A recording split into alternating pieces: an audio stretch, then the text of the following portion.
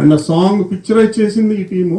వీళ్ళిద్దరూ దాన్ని చాలా సపోర్ట్ చేశారు. అవినాష్ గారు అండ్ నరేష్, కెమెరామ్యాన్ ఆయన, డైరెక్షన్ ఈయన.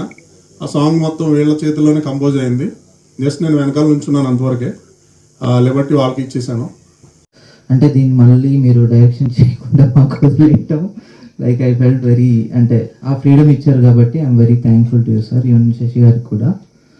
అండ్ వెరీ షార్ట్ టైం ఉండింది యాక్చువల్గా, we had to rush, but because of all these fantastic actors so చాలా ఈజీ అయిపోయింది. కార్తికేయ కానీ, ఈవెన్ నిత్య కానీ, అండ్ సీషోర్. యాక్చువల్ క్రెడిట్ అయితే సీషోర్కి, బికాజ్ చాలా బాగా సాంగ్ తనే రాసి మంచిగా కంపోజ్ చేశాడు. సో 50% క్రెడిట్ అయితే సీషోర్ది. అండ్ దెన్ సూర్య గారు మంచి ఆపర్చునిటీ ఇచ్చారు.